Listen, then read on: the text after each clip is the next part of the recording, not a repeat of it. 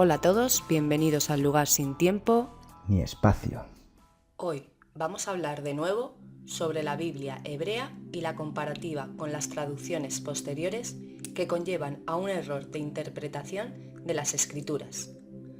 Algunos creen en la Biblia como una verdad absoluta, otros no creen en sus postulados, pero lo que es seguro es que para leerla de la manera más respetuosa y literal, no se pueden traducir unos conceptos por otros, que significan otra cosa distinta. En este caso, no estaríamos leyendo un texto original, sino una adaptación de este. La Biblia más antigua que se conoce es la hebrea, que data del siglo VI antes de nuestra era. Es lícito pensar que el relato es muy anterior y que incluso esta Biblia podría tener modificaciones. Pero esto ya es una especulación y no se puede comprobar. Lo que sí podemos hacer es leer la más antigua y eliminar conceptos que no aparecen, para ser más rigurosos y alejarnos de una interpretación teológica, un enfoque que dista mucho del texto del que parten los demás. El problema de base de la Biblia hebrea es que está escrita sin vocales, por lo que la interpretación posterior es muy variada y compleja.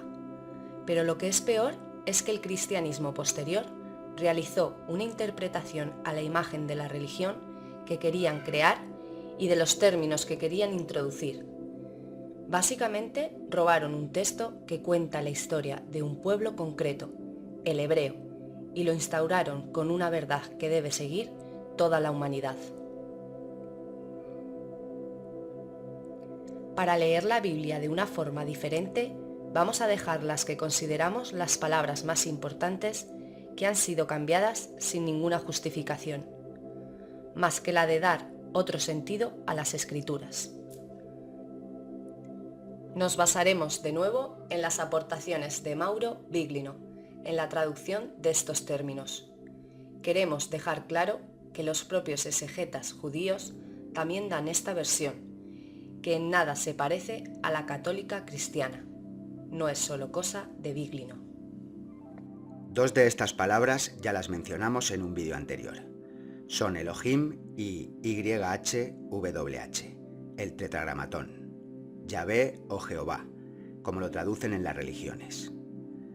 Dejamos el enlace y la etiqueta porque es interesante saber esto, para luego encajar el resto de las palabras que explicaremos. Otras palabras de vital importancia son Elión, Olam, El Shaddai, Ruach y Kabod. Hay muchas otras, pero con estas 7, dejándolas sin traducir o sustituyéndolas en las Biblias convencionales por su traducción literal, aportan otra lectura, un texto diferente al que hemos leído durante casi 2 milenios. Las Biblias que se editan hoy en día para estudiosos y eruditos tienen muy claros estos conceptos. Otra cosa es la Biblia que se edita para el ser humano común. Vamos a tratar estas diferencias. La palabra más importante es Elohim. No nos detendremos mucho en esta porque hay un amplio vídeo en el canal hablando sobre ella. Elohim es una palabra plural. En hebreo significa los jueces, los legisladores. Serían los poderosos de aquella época. Esta palabra aparece en todo el Antiguo Testamento, siendo traducida por Dios, Señor o Todopoderoso, otorgándole a un Elohim el matiz de Dios de la creación. Pero realmente se refiere a varios dioses, a varios poderosos, de los muchos que había en nuestra protohistoria. En ningún caso se puede traducir en singular y dándole una característica de divinidad absoluta. Simplemente no aparece así en los textos. En el Génesis se puede leer constantemente y Dios dijo y Dios creó, cuando realmente se refiere a estos Elohim, de los que sabemos poco, solo que interactuaron con la humanidad en tiempos remotos de nuestra existencia. Lo mejor sería no traducir la palabra y leerla como Elohim. Así la Biblia ya cambia de sentido en su totalidad. Cuando dice y Dios creó, tenemos el siguiente problema, ya que no aparece la palabra crear en toda la Biblia hebrea, ya que realmente se refiere a una intervención o modificación sobre una situación. No existe el concepto crear de la nada en los libros originales. Si Dios no es uno, y si no creó nada, entonces podemos empezar a pensar que si lo que hemos estado leyendo o escuchando en las iglesias tiene algún sentido. Directamente relacionado con el término Elohim tenemos la palabra El, o Elión, que se traduce como el Altísimo, refiriéndose de nuevo a Yahvé, pero este término indica el más alto, el más poderoso o antiguo de estos Elohim, cuya denominación sería Elión. Por tanto, como no sabemos más de este Elión, es mejor dejarlo sin traducir y sustituirlo en la Biblia cuando leemos el Altísimo. De hecho, YHWH, el tetragramatón, aún no había surgido en la Biblia en tiempos del Génesis. Es una palabra que se introduce en Éxodo, en tiempos de Moisés.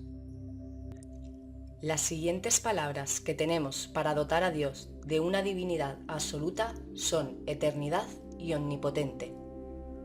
La palabra Olam, del hebreo, es traducida como eternidad, pero realmente su significado no otorga esta característica, sino que Olam sería un largo periodo de tiempo, del cual no conocemos su duración. Simplemente esto, traducirlo como eternidad, es inventar algo que no está en los textos, con una finalidad teológica e ideológica. La eternidad es otro término de doble filo, ya que no se dice que los Elohim sean eternos, ni que exista una eternidad para el alma del ser humano. Por tanto, no hay eternidad por ningún sitio en la Biblia hebrea. Luego tenemos el término El Shaddai, que va por los mismos derroteros. En la Biblia convencional se traduce por omnipotente, el Dios omnipotente, pero es una palabra que proviene del acadio y significa el de las montañas, que si lo adaptamos al hebreo se traduce como el de las estepas. Se refiere a Yahvé, al poderoso de las montañas o de las estepas, un ser que dominaba una zona concreta y a un linaje concreto, como explican las escrituras. En ningún lado aparece su omnipotencia. Si la tuviera, dominaría todos los pueblos y no tendría que combatir contra múltiples etnias para expandir su territorio. No haría falta la aniquilación de hombres, mujeres y niños, pues ya sería omnipotente. No haría falta ser celoso de otros dioses, pues ya sería omnipotente y el creador primero.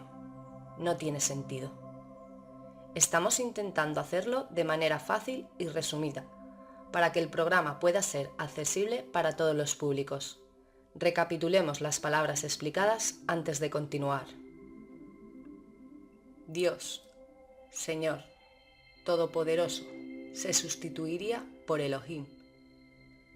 Los jueces, los poderosos, los legisladores o Eloá, en caso de referirse a una de estas entidades en singular.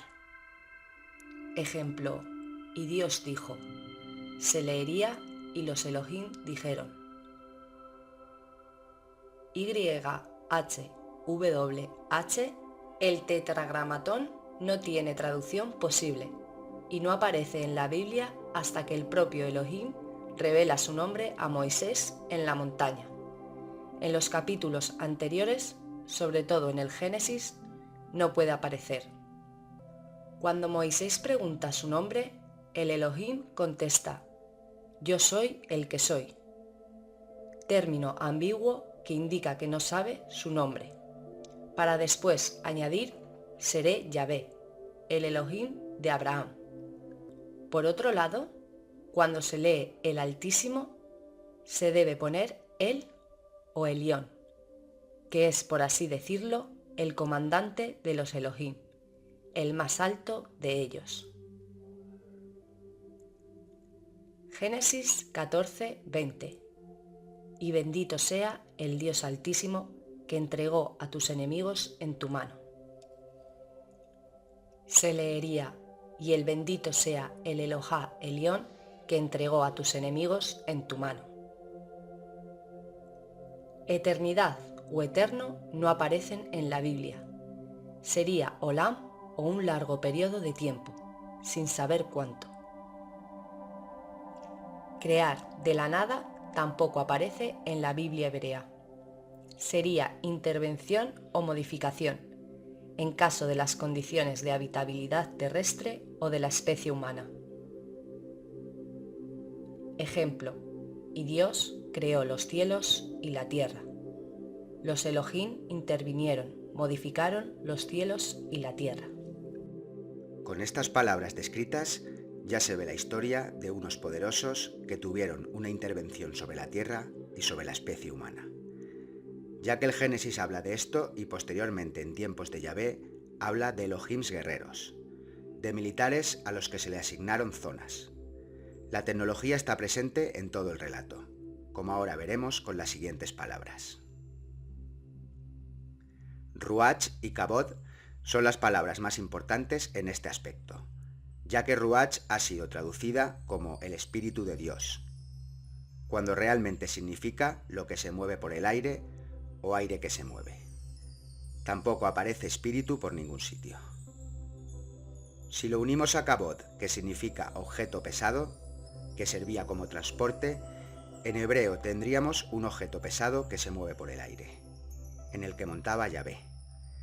Por otro lado, en las traducciones posteriores, Kabod ha sido traducido como gloria, la gloria de Dios.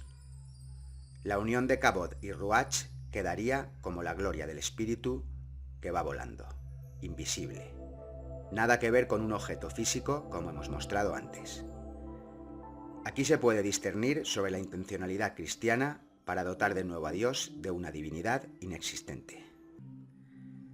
La tecnología de los Elohim es una constante en las escrituras, desde modificaciones en el planeta o en la especie humana, hasta objetos voladores y armas de destrucción, como podemos ver, por ejemplo, en Sodoma y Gomorra. Pero este tema lo ampliaremos en otro programa. Tenemos Elohim, Elión, Olam, El Shaddai, Ruach, Kabod y el Tetragrámaton. Una nueva visión para los que no conozcan este tema. Podéis hacer el intento de leer algunos versículos de esta manera y experimentar una nueva concepción de las Escrituras, que en este caso ya no serían sagradas, sino la historia de un pueblo concreto, el hebreo, con su Dios propio, con su Elohim. La intención hoy era ser lo más concisos posibles en las que consideramos las palabras más importantes que cambian el entendimiento del relato, en su mayoría de los aportes de Mauro Biglino, pero que los propios estudiosos del hebreo conocen de sobra y así lo expresan. No es un secreto hoy en día. Hay muchas palabras más y el que quiera profundizar solo tiene que ver las Biblias para eruditos y compararlas con las que tenemos en casa. Que cada uno saque sus propias conclusiones. Nos despedimos desde el lugar sin tiempo ni espacio. Si te ha gustado el vídeo os agradecemos un like y no olvides suscribirte para seguir indagando en los misterios de la humanidad.